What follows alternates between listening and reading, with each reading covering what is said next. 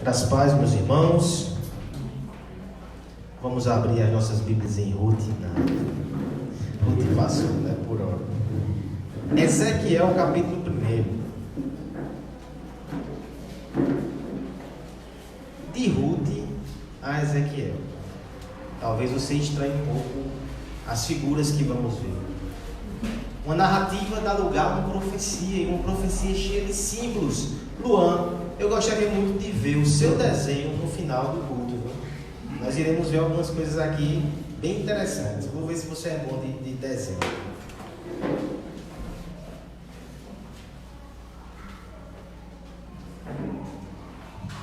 Ezequiel, capítulo 1.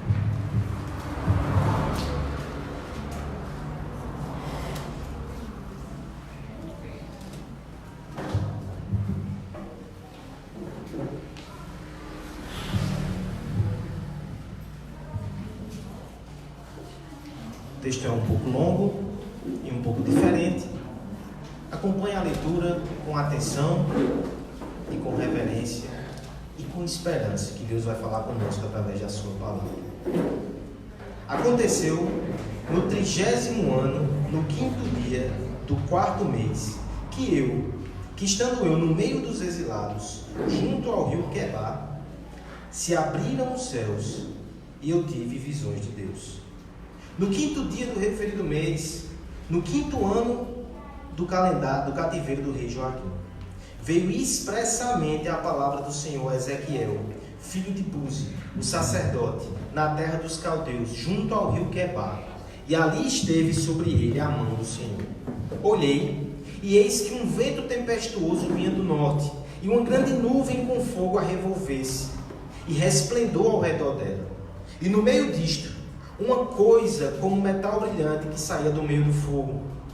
Do meio dessa nuvem saía a semelhança de 4 seres viventes, cuja aparência era esta: tinham a semelhança de homem.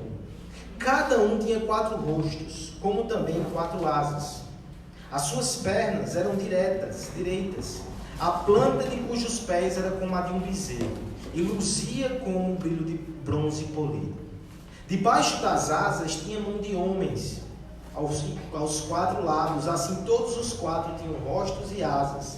Estas se uniam uma à outra, não se viravam quando ia, cada qual andava para a sua frente. A forma de seus rostos era como de homem. À direita, os 4 tinham o rosto de leão, à esquerda, o rosto de boi, e também o rosto de águia, todos os 4. Assim eram os seus rostos. Suas asas se abriam em cima, e cada ser tinha 2 asas unidas uma a outra, e outras 2 cobriam o corpo deles. Cada qual andava para a sua frente, para onde o Espírito havia de ir, iam. Não se viravam quando iam. O aspecto dos seres viventes era como um carvão em brasa, a semelhança de tochas.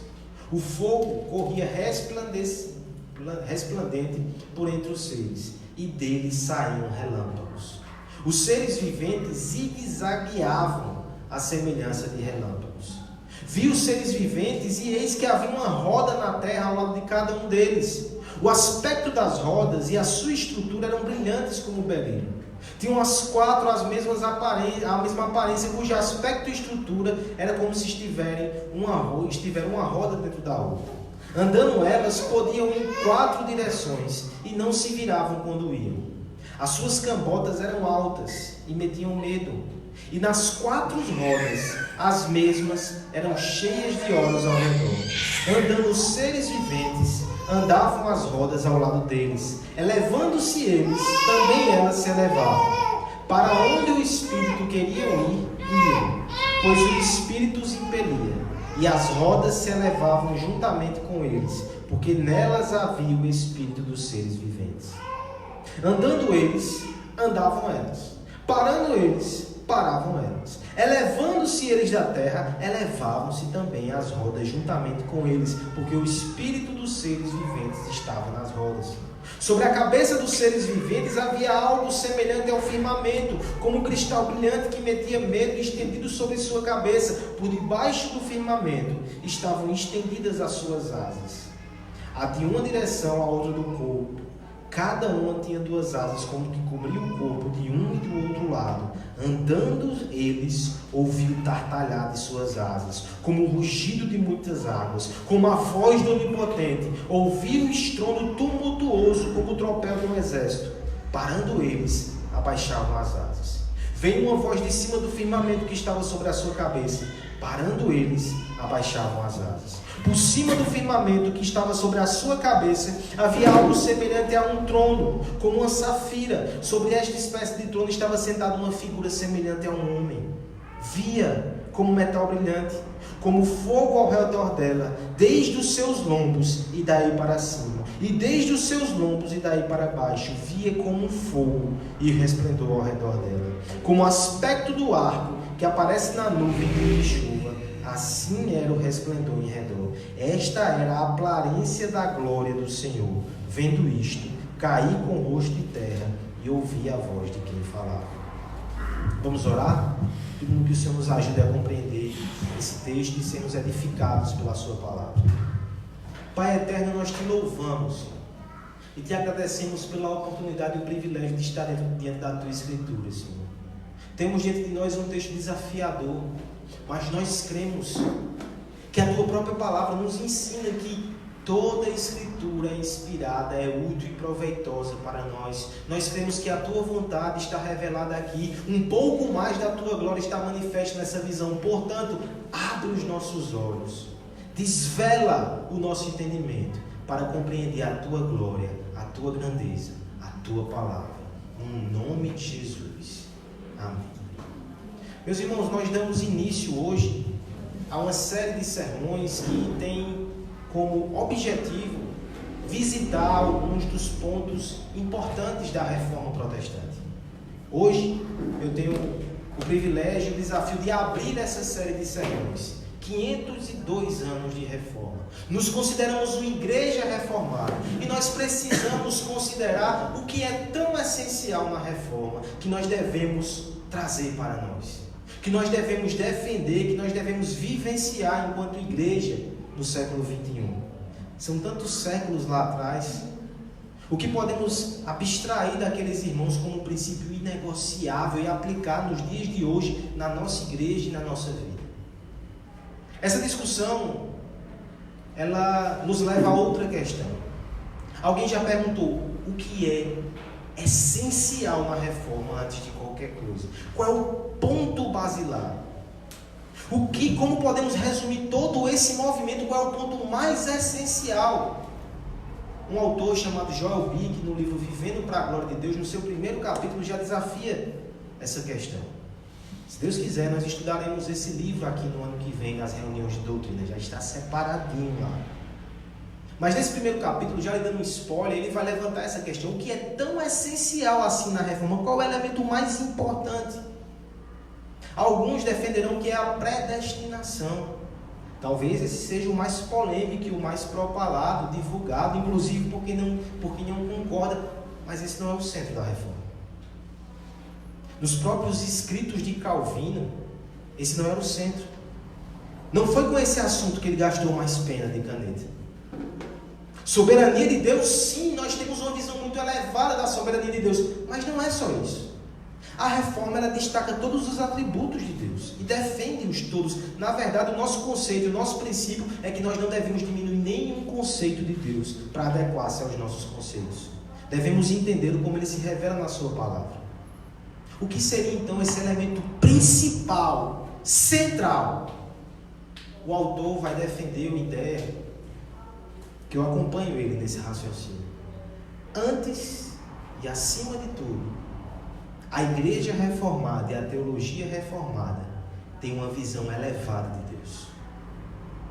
Com isso eu não quero dizer que os irmãos que não seguem esse movimento, eles não adoram o nosso Deus. Mas muitas vezes, pelos seus conceitos e pressupostos, eles não dedicam totalmente o coração na missão de entender o Deus que se revela glorioso e grandioso e dizem: nós ficaremos com esse Deus. Nós não negociaremos esse conceito.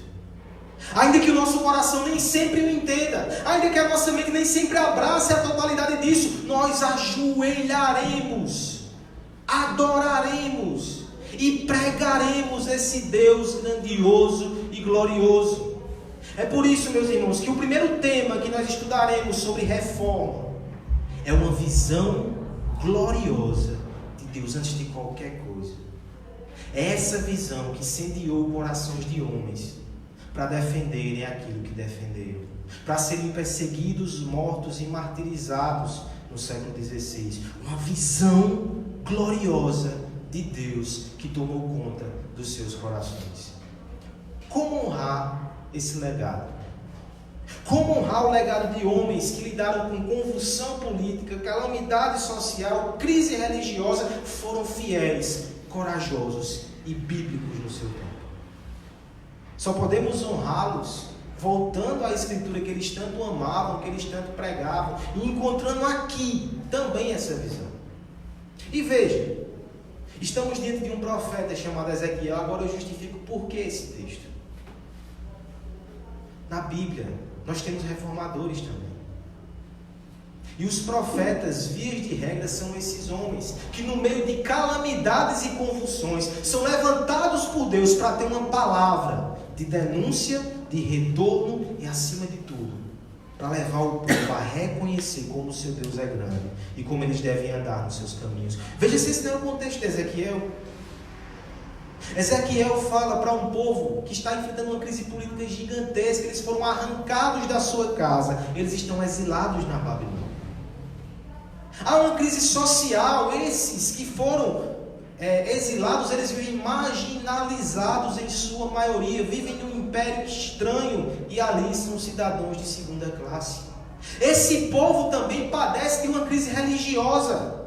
Os sacerdotes são corruptos, não são fiéis a Deus, são fiéis somente ao seu coração ganancioso. É no meio desse burburinho e desse caldeirão de convulsões que Ezequiel se levanta para proclamar a palavra de Deus. Ele é um reformador, tal qual aqueles do século passado, tal qual cada um de nós deve ser. Portanto, a partir dele e do início do seu ministério, nós veremos nessa noite a visão gloriosa que nós devemos ter, cada um de nós, para reformar o nosso coração, a nossa família, a nossa igreja e o mundo, na medida que Deus nos permitir atuar nas mais diversas áreas da sociedade. Temos aqui um profeta que é chamado, e antes de começar a sua missão, e antes de começar a sua tarefa, ele precisa ter uma visão gloriosa de Deus. O último versículo nos mostra que ele teve essa visão da glória do Senhor, ele caiu com o rosto em terra, e a partir daqui ele vai ouvir as recomendações. Analisemos, portanto, essa visão gloriosa de Deus que nós precisamos ter. Em primeiro lugar, nós veremos do verso 1 até o verso 14, que para reformar o nosso coração, a nossa vida e a nossa igreja, nós precisamos ter uma visão da presença gloriosa de Deus. Esse é o primeiro aspecto, a presença gloriosa de Deus. Dos versos 1 ao 14, nós temos essa grande verdade para o nosso coração. Os 3 primeiros versos de Ezequiel, eles nos situam dentro dessa narrativa. Eles vão dar datas. Veja que interessante no verso 1. 30º ano, no 5º dia do 4º mês. Vai nos mostrar que essa visão é dada estando ele no meio dos exilados junto ao rio Quebar, e no meio de tudo isso, o céu se abre. É interessante que toda essa situação nos mostra um contexto um tanto quanto improvável. O verso 2 vai nos mostrar que já fazia 5 anos que eles estavam no cativeiro. E por que essa visão foi tão surpreendente? A época que o exílio começou e que as pessoas foram arrancadas de Israel e levadas para a base de Babilônia, um homem fiel a Deus proclamava sozinho: vocês vão passar muitos anos no exílio por causa do juízo de Deus. Mas tantos outros falsos profetas da religião festiva e triunfante, não pense que isso é novidade nos dias de hoje, eles diziam: não vai demorar não, vai ser rápido, a gente vai, no instante a gente vem, não se preocupa não, isso vai passar sim, vai ser rápido. Jeremias era uma voz sozinha clamando: vai demorar, preparem-se. Aqueles homens foram arrastados para o exílio. Passou 1 ano, 2 anos, 3 anos, enfim, 5 anos. E eles não voltaram para suas casas. Parece que o velho Jeremias estava certo. E agora faz 5 anos. As vozes dos falsos profetas se evaporam. O consolo superficial, festivo e triunfalista da religião da autoajuda some na hora da dor. É um paliativo, é um placebo. Passa 5 anos sem ouvir a voz de Deus, 5 anos sem profecia. Mas então, às margens do rio Quebar, há um povo marginalizado, esquecido. O céu se abre e Ezequiel tem uma visão de Deus. Outro detalhe interessante, perceba que no verso 1 ele começa falando: estando eu no meio dos exilados, primeira pessoa. Mas no verso 3, quando descreve esse prólogo, vai dizendo: veio expressamente a palavra do Senhor a Ezequiel, e no fim vai dizer: e ali esteve sobre ele a mão do Senhor. Terceira pessoa. Como entender essa mudança de foco?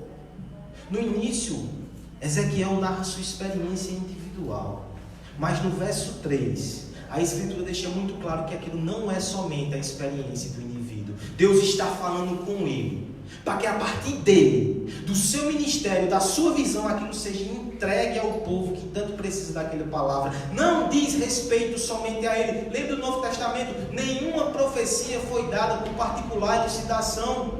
Foi dada para a igreja, foi dada para nós. Essa visão servia para o povo às margens do rio Quebar, e também serve para cada um de nós, que também vive à margem desse mundo e dos seus impérios, dos seus valores e das suas riquezas.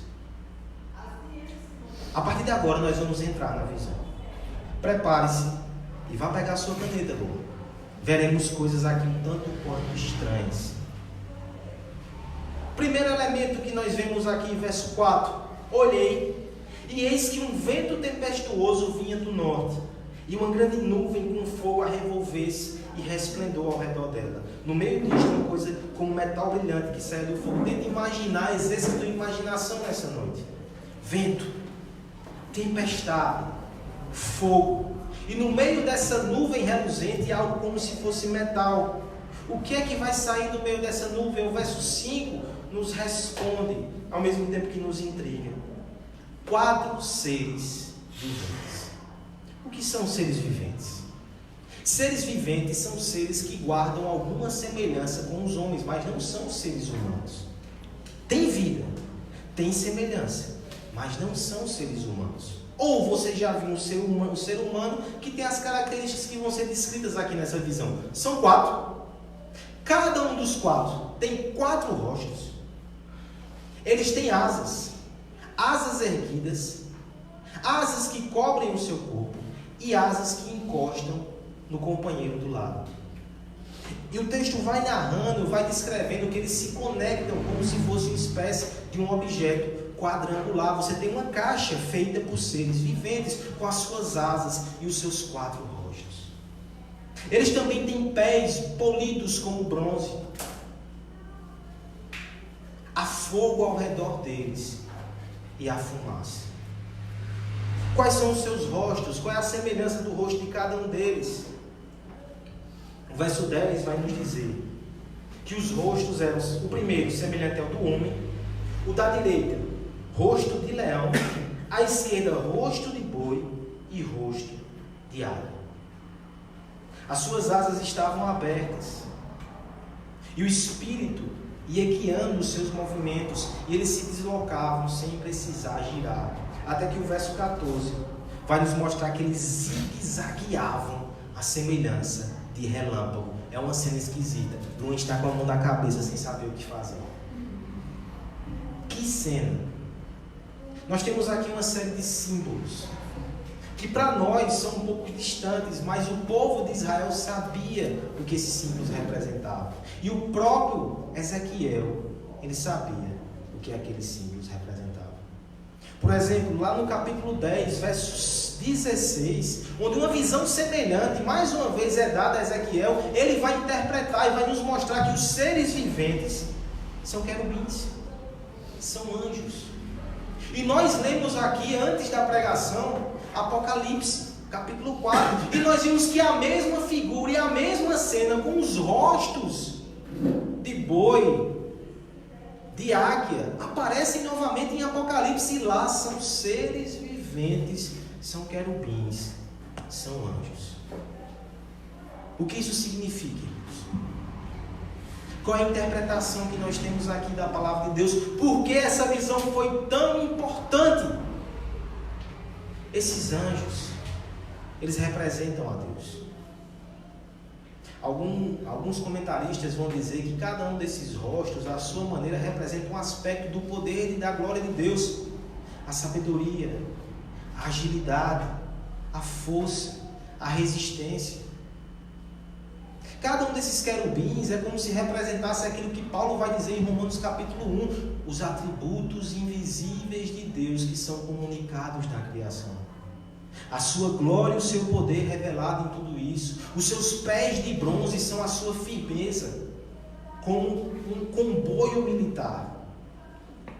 O fogo, a fumaça que os envolve, representa a santidade de Deus. Então a primeira lição que surge para nós aqui é que estes querubins mostrariam a Ezequiel que os anjos do Senhor estavam ali às margens do rio Quebar. Aqui já é algo lindo, porque você percebe que esses anjos estão na consumação dos séculos, na presença de Deus, lá em Apocalipse 4. Mas eles não estão lá no fim. Em todos os lugares eles estão, inclusive no meio de um povo refugiado. Mas há algo mais aqui nessa visão. Não só os anjos. Quando você para perceber também que nas Escrituras, quando se fala em tempestade, por exemplo, Jó viu Deus sendo revelado no meio de uma tempestade. Furacões e ventos fortes são usados para descrever a presença do Senhor. Na inauguração do templo de Israel, uma fumaça tomou conta daquele lugar, as pessoas caíram, era a presença de Deus sendo representada. O fogo, nós lemos aqui na liturgia o momento em que Abraão adormece e Deus passa por entre as partes de um animal para selar um pacto. Ele passa como uma tocha de fogo, a tocha de fogo que aparece para Moisés na sarça no deserto. O fogo que guiava o povo na sua peregrinação até a terra prometida no livro de Êxodo, e a fumaça e a nuvem que os protegia. Nós temos aqui muito mais do que a presença dos representantes de Deus. O próprio Deus está às margens do rio Quebar. Não é sem razão que o final do texto vai dizer que Ezequiel viu a glória de Deus. Seria maravilhoso se nós soubéssemos que os anjos do Senhor estão em todo lugar, mesmo nos momentos de dificuldade, de opressão, de luta e de dor. Os anjos do Senhor estão ali, mas a revelação de Deus vai além.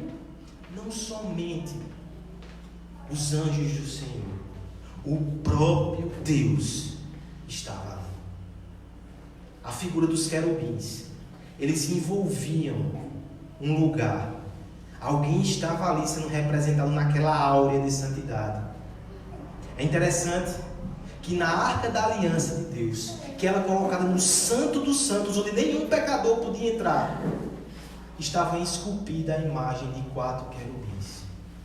Ou seja, o santo dos santos de Deus não se prende ao templo, não se prende a Israel. O santo dos santos permite ser exilado com o seu povo. Por favor, irmão, pense um pouco nisso. Deus expulsou, através dos inimigos, aquele povo da terra por causa do seu pecado. Mas Ele é tão misericordioso que Ele foi junto com eles. É como um pai que castiga o seu filho e vai junto com o seu filho para o castigo. Essa imagem da presença de Deus arrebatou o coração do profeta. Ele tem uma missão muito difícil pela frente. Ezequiel vai passar por situações dificílimas, que Deus nos deu o privilégio de um dia estudar esse livro todo. Morte, rejeição e dor vão acompanhar o profeta. Sempre foi assim.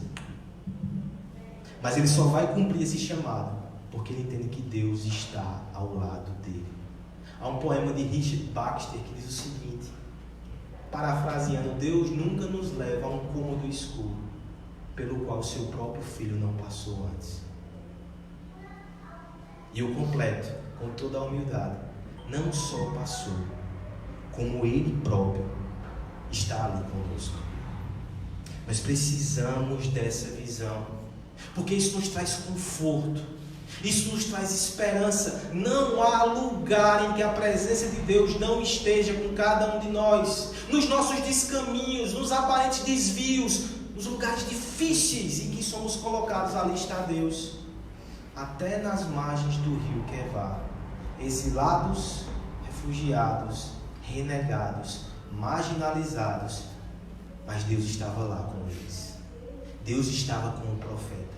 Esperança, conforto e temor. Temor. Temor. É importante registrar isso. Eu me lembro que algum tempo atrás, lendo um livro sobre pregação, John Stott contou a seguinte história. Havia um jovem pastor que era membro da igreja episcopal, e lá o sistema é o seguinte: é o bispo que direciona cada um para a respectiva igreja. E esse jovem, com todo o seu potencial, ele era um acadêmico, ele foi deslocado para uma pequena igreja do interior. A princípio, ele ficou muito consternado com aquilo, mas logo ele percebeu o lado bom. No meio daquelas pessoas simples, ele não via necessidade de se preparar tanto.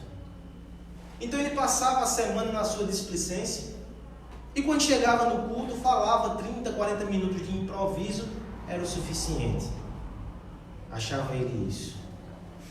No entanto, em um dos domingos, em um dos serviços de culto, o bispo que o designou foi sem avisar. E aquele homem, quando avistou o seu superior, suava, ele não havia se preparado de forma adequada. Então ele foi na frente e começou a falar coisas desconectadas, mais desconectadas ainda do que o habitual, porque ele estava nervoso. E olhando sempre para o bispo, lá no final. De repente aquele homem levanta e sai antes de terminar o culto. No início do culto, ele já pensou um plano, ele havia chamado o bispo e havia dito o seguinte: eu fiz um voto para com Deus. Se o Senhor me permitisse entrar no ministério, o voto era que eu ia deixar o Espírito falar. Não ia gastar tanto tempo estudando e preparando sermões. Eu ia dar liberdade, ia falar somente aquilo que o Espírito me falasse na hora. O bispo, experiente, só ouviu e foi ver o seu desempenho. Antes de terminar a pregação, o bispo levanta e sai, mas deixa um recadinho com o diácono. E aquele homem aflito foi até o diácono, perguntou o que é que ele disse. Ele deixou esse recado aqui. O recado simples dizia: cancele o voto, eu assumo com Deus. Aquele constrangimento foi causado por um homem que temia outro homem, mas ele não temia o Deus que ele servia e que todos os cultos estava ali vendo o serviço que ele prestava. Mas você pensa que isso é só os pastores? O Deus que está presente em todos os lugares, isso é consolador, isso é animador, também deve trazer temor ao seu coração. Mesmo que você esteja sozinho, Ele está com você. Mesmo que ninguém esteja ao seu redor, que o seu superior, que o seu patrão não esteja com você, Ele está com você. Mesmo que ninguém veja, que ninguém saiba. Eu gostaria que essa cena viesse à sua cabeça: os querubins, fogo, vento tempestuoso e o Santo dos Santos no seu quarto. O Santo dos Santos na sua casa, quando você está em um momento de conflito com a sua filha, com a sua esposa, com o seu marido. O Santo dos Santos está presente quando você é negligente no seu trabalho, por pensar que ninguém está olhando. O Santo dos Santos está no seu coração. Ele contempla tudo que você é e tudo que você faz. Esse é um princípio muito importante da reforma. Só há reforma quando essa visão gloriosa de Deus marca a nossa vida, e a partir daquele instante nada é do mesmo jeito, tudo tem significado, tudo tem importância, tudo é eterno, porque tudo é para o Deus que acompanha o seu povo até nas margens do rio Quebar. Pegue o seu carro, pegue um transporte público e vá até os confins desse país. Ali Ele estará com você, lhe acompanhando. Que isso traga ânimo, mas também que isso traga temor. A palavra latina que os reformadores usavam era corandel. Tudo que fazemos, fazemos diante da face de Deus. Por um lado, Luan, você não precisa ter medo do escuro. Almoçávamos hoje com Júnior, Vivi, com Larissa e contávamos algumas histórias. Se você tem medo, não converse com essas pessoas. Talvez isso prejudique o seu sono. Histórias de criança que viam coisas. Você não precisa ter medo dessas coisas. Porque se aparecer alguma coisa estranha no seu quarto, ela vai se deparar com querubins, com anjos e com o próprio Deus que está ali. Não temos medo do escuro. Ao mesmo tempo devemos ter temor diante das luzes. Porque esse Deus nos acompanha em todos os nossos afazeres. Um reformado é aquele que reforma a sua vida em todas as áreas. Porque em todas as áreas a presença de Deus é uma verdade inequívoca. Segunda visão gloriosa que nós precisamos ter. Em primeiro lugar, uma visão gloriosa da presença de Deus. Em segundo lugar, nós precisamos ter uma visão gloriosa da soberania de Deus. E aqui o bicho pega. Em que sentido? Nem todos os cristãos dão à soberania de Deus o lugar que a Escritura dá. Mas veja como as descrições da Bíblia não poupam adjetivos eloquentes acerca da soberania de Deus, do seu governo, do seu controle, da sua majestade. É isso que vai acontecer aqui a partir do verso 15. Perceba o movimento.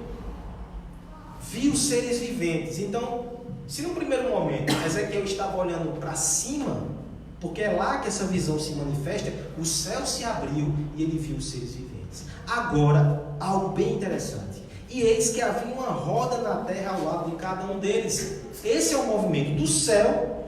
Ele sai descendo à sua vista e ele percebe que há essas rodas gigantes que colam, que tocam a terra. É interessante porque agora o Deus que era transcendente, mas estava perto deles, toca o chão. É o princípio da encarnação do nosso Deus. Glorioso. Mas ele está lá no chão da fábrica. Ele toca o chão com essas rodas. Mas antes de interpretar, permita-me descrever mais uma vez, porque eu acho que assim é mais didático. Estavam essas grandes rodas. Suas rodas eram brilhantes como o berílio. O berílio é uma pedra preciosa. Isso aqui é para mostrar o valor e a dignidade disso. Elas tinham as mesmas aparências. E dentro de uma roda havia outra que girava na direção oposta. Talvez você já viu uma cena assim. Uma roda grande com outra girando dentro. Imagine 4 conectadas, uma ao lado da outra.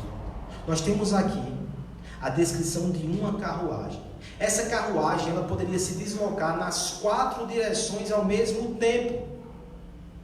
O verso 18 vão dizer que suas cambotas eram tão altas que metiam medo. E metiam medo não só por causa da sua altura. Eu particularmente teria medo pela parte B do versículo 18. Elas tinham olhos em todos os lugares. Ainda bem, meus irmãos, que Ezequiel teve essa visão e a gente só tem ela escrita aqui. Eu estou satisfeito. Né? Cada um com a sua parte, irmão. Ezequiel, essa é a sua parte. Nessa visão, o Espírito vai direcionando essas rodas. O Espírito se eleva, elas se elevam junto e elas vão caminhando. Então imagina essa estrutura, tenta imaginar. Os 4 seres viventes, rodas estão abaixo deles e conectadas a eles, e essa carruagem vai se movendo nas 4 direções. Tudo isso sobre a ordem e sobre o comando do Espírito. O verso 21 vai dizer: o Espírito mandava, elas se locomoviam. O Espírito mandava elas paravam. Sobre a cabeça deles, seres viventes, há o firmamento. Firmamento para o judeu era o céu dos céus. É esse céu além daquele que nós podemos ver. Então perceba que a dimensão dessa figura era gigantesca. Mas no verso 23 ela ainda não adentra sobre os mistérios do firmamento. Isso vai ter o seu tempo, vai ter a sua ocasião. Ele volta à sua vista mais uma vez. Ele descreve os anjos, os seres viventes. Ele descreve aquela estrutura. E no verso 24 ele vai dizer: quando eles se locomoviam, eu ouvi o tartalar das suas asas, e parecia como o rugido de muitas águas, como a voz do Onipotente. Eu ouvi um estrondo tumultuoso como o tropel de um exército, e uma voz lá em cima do firmamento falava, e eles baixavam as suas asas. Vamos interpretar essas figuras. As rodas, representando carruagens e todo o poderio bélico e militar, são um sinal de poderio, de governo, de autoridade. Nós estamos aqui desenhando uma carruagem. Essa carruagem grande, enorme, assustadora, com essas rodas que se locomovem uma dentro da outra, são símbolos do governo poderoso de Deus. E nós podemos chamá-lo facilmente de providência de Deus. Rodas que giram. Você pode até fazer uma brincadeira: a roda gira. Pois bem, a roda gira, o mundo com as suas voltas. É interessante como isso é simbólico até de como as coisas na nossa vida acontecem. Parece que andamos em círculos, mas ao mesmo tempo, de pouco em pouco, as coisas vão avançando. Essa estrutura, ela representa tempo, ela representa governo, ela representa domínio. É interessante então saber que tudo isso, todos esses movimentos são teleguiados pelo Espírito. Olhos que tudo veem, todas as direções são alcançadas, e no meio de tudo isso, o Espírito é que controla, o Espírito é que ordena. E quando elas se movem no final do texto, e o texto nos descreve que é som de muitas águas, o salmista vai dizer que o som de muitas águas é a voz do Todo-Poderoso. O barulho dos exércitos é Deus em seu governo e a sua providência, guiando até mesmo as hostes celestiais. Como não lembrar daquela situação em que o profeta Ezequiel está cercado de exércitos, está tranquilo, e o seu ajudante está apavorado? Ezequiel diz: calma, Ezequiel não. Esqueci agora o nome do profeta. Eliseu diz: calma, o Senhor está conosco. E ele ora ao Senhor para que Deus descortine a visão espiritual dele. E ao redor daquele exército havia um grupo muito maior, infinitamente maior, de seres celestiais que guerreavam pelo Senhor. A visão nos mostra um Deus que governa, um Deus que tem um exército, que é todo poderoso, um Deus que conduz a história, que faz a roda girar, que controla cada um dos movimentos, um Deus que é soberano, mesmo ali no exílio. É interessante que no Oriente Antigo nós tínhamos a figura, o costume, a tradição de deuses tribais. O Deus da montanha, o Deus da campina, o Deus de Israel.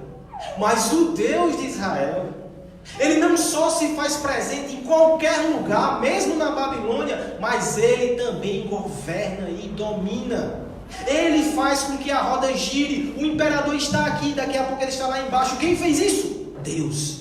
Reis passam, políticos passam, governos passam, impérios, já tivemos milhares.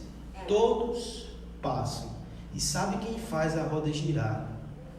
É o Deus dos exilados e refugiados à margem do rio Quebar. Essa visão gloriosa, então, traz tanta segurança para o coração de Ezequiel, porque Nabucodonosor é passageiro, a roda gira. A Babilônia é passageira, a roda girou. Os impérios do nosso tempo são passageiros, a roda gira. E aquele que faz a roda girar é o nosso Deus glorioso. Se você está com Ele, por que temer as nações? Porque se curvar, porque se submeter, e porque não cumprir o seu chamado com ousadia e com fidelidade, porque se submeter a homens, porque se curvar diante de tiranos. Não! Podemos ser corajosos e destemidos nele. Falando de reforma, logo após suas manifestações iniciais tão vibrantes, Lutero recebeu um convite irrecusável. O Papa o convidou para ir a Wittenberg se apresentar diante dele e deu a ele um salvo-conduto, dizendo que ele não seria preso, torturado, nem morto. Só queria ter uma audiência pessoal com ele. Os seus amigos o interpelaram e disseram: não vá, Lutero, permaneça aqui no nosso meio, protegido e escondido. Vão lhe capturar, esse papel não tem valor nenhum. Há 100 anos atrás, um homem chamado John Hus recebeu o mesmo papel, a mesma convocação e foi parar na fogueira porque defendia ideias parecidas com a sua, só que mais brandas. Não vá, Lutero, não vá. A resposta de Lutero foi a seguinte: ainda que eu entre pelos portões daquela cidade e haja 1000 demônios nos telhados prontos a me matar, eles só tocarão num fio do meu cabelo, se essa for a vontade do Deus soberano. Eu vou. Ele foi. Confrontou toda a cúpula e voltou livre, porque o propósito de Deus era exatamente esse, e ele conhecia o Deus a quem servia. Ezequiel enfrentou muitos desafios e peitou muitos homens. Tudo isso porque ele sabia que Deus era soberano. Ele só seria tocado se essa fosse a vontade e o propósito de Deus. A pergunta que eu faço para você é: ser reformado te faz alguém mais corajoso? Ou você é tão hesitante quanto as outras pessoas que não conhecem esse Deus e não abraçam a soberania de Deus? Nós precisamos considerar isso, irmãos. Nós temos, infelizmente, uma caricatura do que é ser reformado, do que é ser calvinista e fazer parte da igreja presbiteriana. A caricatura é muitas vezes jovens que vivem de polêmica e contenda na internet, brigando por teologia.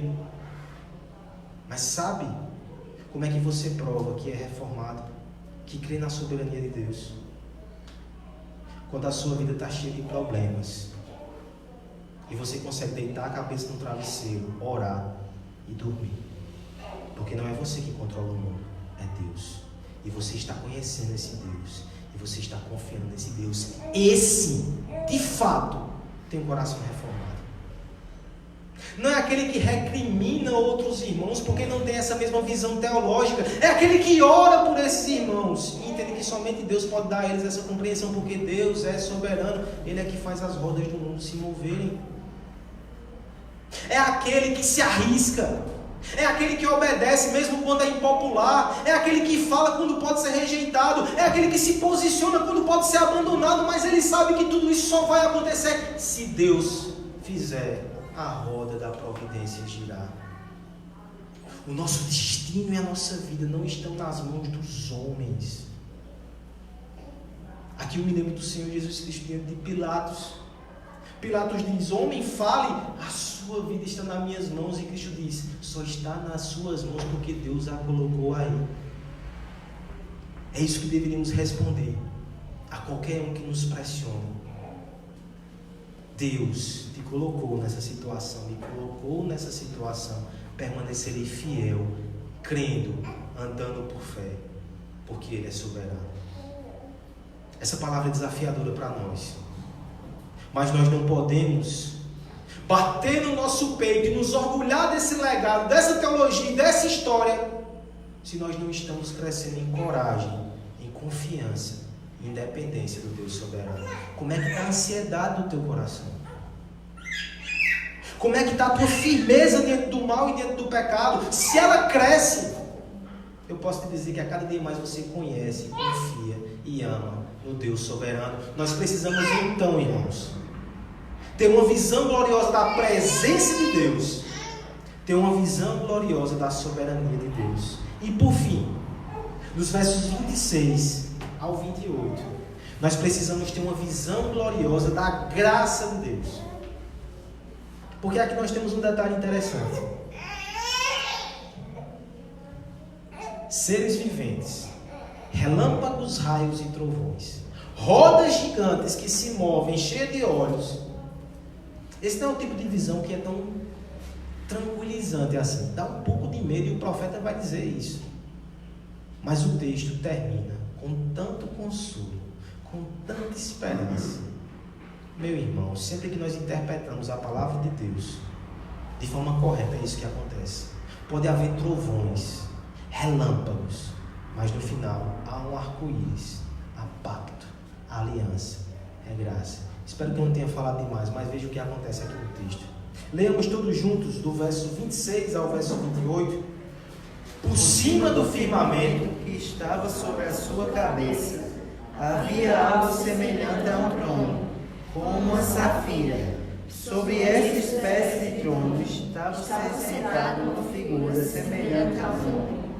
Via como metal brilhante, como fogo ao redor dela, desde os seus lombos e daí para cima, e desde os seus lombos e daí para baixo.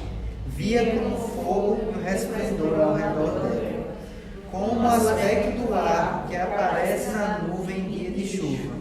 Assim era o resplendor em redor. E esta é a aparência da glória do Senhor. Vendo isso, caí com o rosto em terra, e havia a voz que falava. Vamos fazer um exercício aqui de imaginação. Tente por alguns instantes esquecer que você sabe como termina a narrativa bíblica. Pense que você só sabe até onde Ezequiel sabe. O que é que Ezequiel sabe? Que o Deus Santo expulsou o povo da terra porque ele estava corrompido. Então, de repente, a primeira visão mostra que Deus está ali com eles, na sua santidade. Há um temor no coração. Depois nós vimos as rodas da providência, mas perceba, esse governo, essa providência foi o que os levou ao cativeiro. Então no primeiro momento ele vê os seres viventes, ele baixa a sua vista, ele vê as rodas monstruosas, e ele ouve uma voz lá em cima. O final do verso 25 nos mostrou que havia uma voz que falou, e as hastes dos querubins baixaram. E agora ele levanta cheio de temor e olha no firmamento. Quem está lá? Quem é que está lá? Quem é que está acima dos anjos? Quem é que está acima dos homens? Quem é que está acima das rodas da providência? Quem é que está acima das nações? Quem é que governa todas as coisas? Dependendo de quem ele for, a nossa situação vai ser gravemente afetada. Ele ergue os seus olhos para cima. Ele vai ver alguém que é brilhante como metal, nos diz o verso 27. Vai ver que há uma luz ao seu redor. Quase fica difícil de perceber quem ele é. O texto vai dizer também que ele tem semelhança a um homem. É um homem envolto em luz. É interessante que a Bíblia vai nos dizer que essa figura, aquele que se parece, que é uma figura semelhante a um homem, ele vai aparecer no Novo Testamento várias e várias vezes em as profecias, especialmente Daniel chamado do Filho do Homem. E há um homem no Novo Testamento que diz: eu sou o Filho do Homem. Esse que estava em luz inacessível, esse que estava no topo de toda essa estrutura, certamente é alguém divino, mas é alguém que se parece com um homem, mas ao mesmo tempo ele é tão inacessível. Como alcançá-lo? Paulo vai dizer que de fato Cristo está ladeado por luz inacessível, ninguém o viu, ninguém pode o ver. Mas é interessante que ao redor desse homem nós temos a figura do arco-íris. O que é que significa o arco-íris na teologia bíblica? Pacto. O pacto de Deus. Um poeta medieval vai dizer que toda vez que vemos o arco está apontando para o céu e não mais para os homens. Pense no arco como de fato uma arma. O arco-íris ele está virado para cima, no meio de toda essa estrutura assustadora. desse poder tão intimidador a um homem divino. E no meio dessa luz, e no meio dessa glória, e no meio desse temor, há um arco como se nos lembrasse: Ele é o mediador do pacto. Ele é aquele que intercede por nós. Ele é aquele que nos representa. E eu quero que você entenda que nós entramos muito mais profundo nesse mistério. Porque Ezequiel entendia essa figura messiânica. Nós sabemos o nome dele, o nosso Senhor Jesus Cristo. Nós vimos os seus passos. Nós vimos que essa luz inacessível se misturou nesse mundo de trevas para iluminar esse mundo. O Deus que conduz a carruagem, a providência, as rodas, Ele foi esmagado por essas rodas, por amor a nós. Ele não usou a sua carruagem para fazer uma intervenção política militar. Ele foi para a cruz. O fogo consumidor que foi consumido por nós, para que nós não fôssemos consumidos pela ira de Deus. Arco-íris, aliança, a paz entre os homens e Deus. Esse lembrete eterno está lá em Ezequiel, está no texto que nós lemos no início do culto, Apocalipse capítulo 4. Perceba como a Bíblia se conecta. As visões de Ezequiel, os pactos de Gênesis, a cruz no Evangelho e as profecias que João recebeu na ilha de Patmos. Está tudo conectado. Tudo fala sobre a redenção de Deus. Tudo fala sobre o Redentor de Deus, Jesus Cristo. Esse é o toque final. Ezequiel, no meio de vocês, há um Deus glorioso presente. Há um Deus glorioso soberano. Há um Deus glorioso cheio de graça. Olhe para o arco-íris. Aquele homem que está lá, ele está lá para selar a paz. Eu vim não para destruir o povo. Eu vim para destruir o pecado do povo. Eu vim não para eliminar esse povo, mas para eliminar o mal desse povo e levá-los de volta para a terra prometida e levá-los de volta para a morada. O embaixador que estava lá em cima, o rei, o soberano, um dia ele desceu. Ele passou pelos querubins e os querubins choraram, porque a joia mais preciosa do céu estava descendo. Ele desceu pelos aros das rodas da providência, e cada um daqueles ouros derramaram lágrimas, porque o Filho de Deus estava abandonando o seu trono de glória. Ele desceu às margens do rio Quebar, e entre os marginalizados, ele foi marginalizado. Entre os excluídos e rejeitados, ele foi o mais desprezado. Ele fez tudo isso para resgatar aquele povo e para levar aquele povo de volta para casa. Você não pode ser um reformado se você não tem uma visão gloriosa da graça de Deus em Jesus Cristo. É como alguém disse: a reforma protestante não foi a redescoberta das Escrituras. Os escolásticos discutiam as Escrituras. O que eles não discutiam era o Evangelho de Jesus Cristo. A igreja sempre é tentada a esquecer do Evangelho de Jesus Cristo. Há tantas outras verdades interessantes aqui. Por exemplo, visões como essa. Quantos e quantos intérpretes não se perderiam nos sinais, não ficariam especulando, não atirariam para todos os lados com tanta curiosidade e perderiam de vista que ela fala sobre um Deus soberano e gracioso que governa através do seu Filho Jesus Cristo para a nossa redenção. Esse é o significado do texto, esse é o significado das Escrituras, esse é o fim da igreja, é pregar esse Cristo, é anunciar essa redenção. Sabe quando você é reformado? É quando você senta com a sua família, você faz uma oração e você entrega cada uma daquelas pessoas a Jesus Cristo.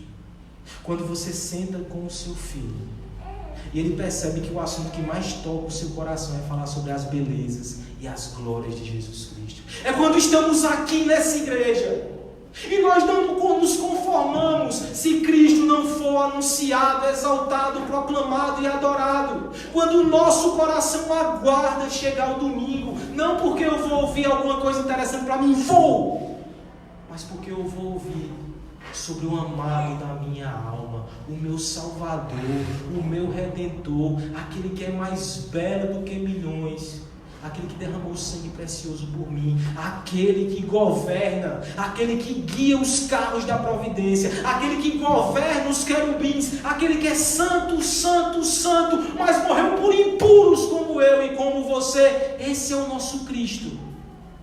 Ser reformado é estar ajoelhado aos pés desse Cristo e valorizar essa mensagem mais do que qualquer uma outra. Nós não podemos perder essa mensagem. Nós não podemos perder essa visão.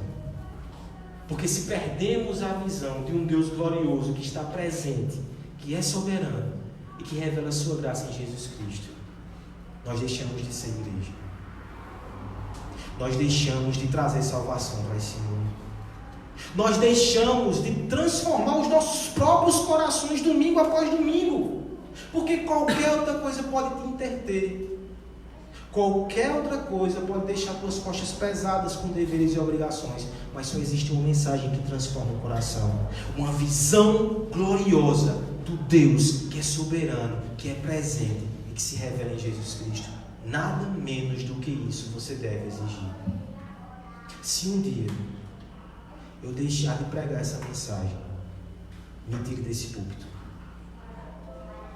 Nenhuma outra mensagem é digna de estar nesse púlpito. Você não pode aceitar nada menos do que isso. Eu não posso falar de mim.